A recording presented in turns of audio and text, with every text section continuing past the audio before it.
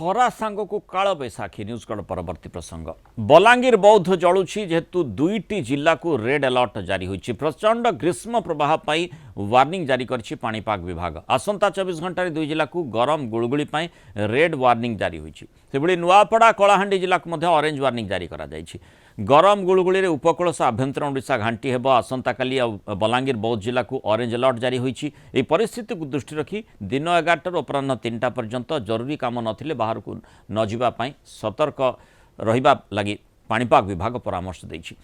28 तारिख पर्यंत राति मध्य गुळगुळी हेबो। प्रचंड खरा और गुळगुळी भितर कालबैशाखी पाई मध्य अलर्ट जारी होईछि।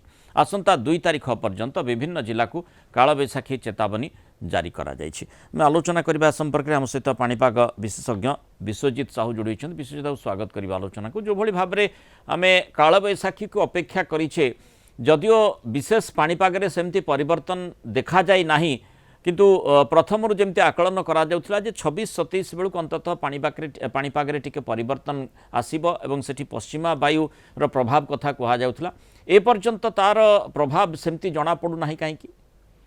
नमस्कार। प्रथम तो वर्तमान जदि आपण देखिबे आमे जोटा पश्चिमा झड़ कथा कहूतले सेटा आसीबो, सेटा वर्तमान पई आपनकर जो उत्तराखंड एवं पार्श्ववर्ती अंचल सक्रिय रहिछि एवं जोटा पूर्वानुमान रहिछि आगामी किछि जो 24 घंटा भितरे सी आपनकर आउ टिके पूर्वामुखी हबार संभावना रही।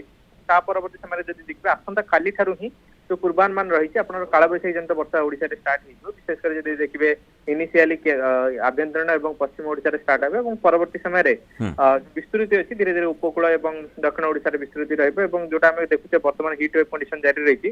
काली ठारू मोस्ट प्रोबेबली आपनकर हीट वेव कंडीशन रो आपनकर आमे कहि परिबा निसार देखिया मिल पारे। एवं गोटे सूचना रही कि आपन जदि देखिबे मौसुमी जस्ट आपन जदि देखिबे आगामी 4-5 दिन भितर केरल रे मध्य छुईबार संभावना रही एवं ता परवर्ती समय रे ओडिसा रे मध्य जदि आपन देखिबे जो पूर्वानुमान रही से नॉर्मल डेट रे ही आसीबो। हमर इनिशियली जो पूर्वानुमान मध्य करा होतला कि टिके 16 आसी पारे, मे बी सेही एग्जैक्ट टाइम फ्रेम जो रही सेही टाइम फ्रेम ही आपनकर मौसुमी आसी पारे। एवं कि हम कहि परिया जो कालबैशाखी जंत वर्षा रही सेटा आपनकर आसंता काली से दिन स्टार्ट हो, कारण हम जेटा कहते 26-27 बेलू सेटा गोटे दिन दिन होचे। आसंता काली ठारू ही आपन कहि परिबे जो ग्रीष्म लहर एवं गुळगुळी रही सेठू आपनकर आश्वस्ति देखिया को मिल पारे। माने कालबैशाखी प्रभाव कथा जमती कहा जाउछि, जदियो एपटे बलांगीर बौद्ध को सेठी रेड वार्निंग जारी करा जाइछि। केवल माने उपकूल ओडिसा रे कालबैशाखीर संभावना कथा कहा जाई पारे, उपकूल उत्तर ओडिसा रे ना पश्चिम ओडिसा रे भी होई पारे?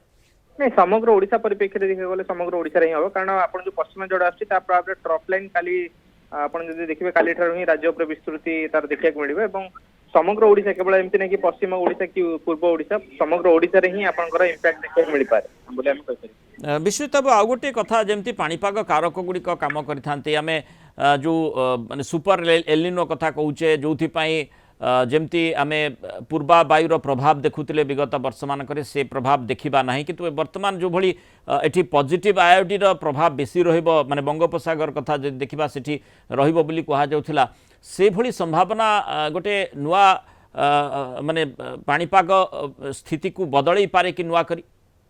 आम जो वर्तमान परिप्रेक्षी देखिए एलिनो हो कि पॉजिटिव आयोडी एते इंपैक्ट नहीं। आपण जो वर्तमान हीट वेव कंडीशन जारी रही सेतरा आपण कोनोसी प्रकार रे आमे कहि परिबा हीट लानिना किबा आमे जोटा को एलिनो कहूची सुपर एलिनो तार कोनोसी इंपैक्ट नहीं। सेटा आपण लोकल क्लाइमेटिक कंडीशन जोटा कि हम जेतु गुरुचाप बलय रहूची एवं रिच पैटर्न रहूची सेहिति पे ही आपण तापमात्रा वृद्धि पाउची। किंतु जदि आपण देखिबे एलिनो एबे ही डेवलप करूची, एमती नहीं कि आपण एलिनो पूर्व डेवलप करि सारछि। एलिनो एबे भी धीरे धीरे डेवलपमेंट करूची एवं सुपर एलिनो फेज आसिला को आपण पाखापाखि सेप्टेम्बर मास ही सारी थी।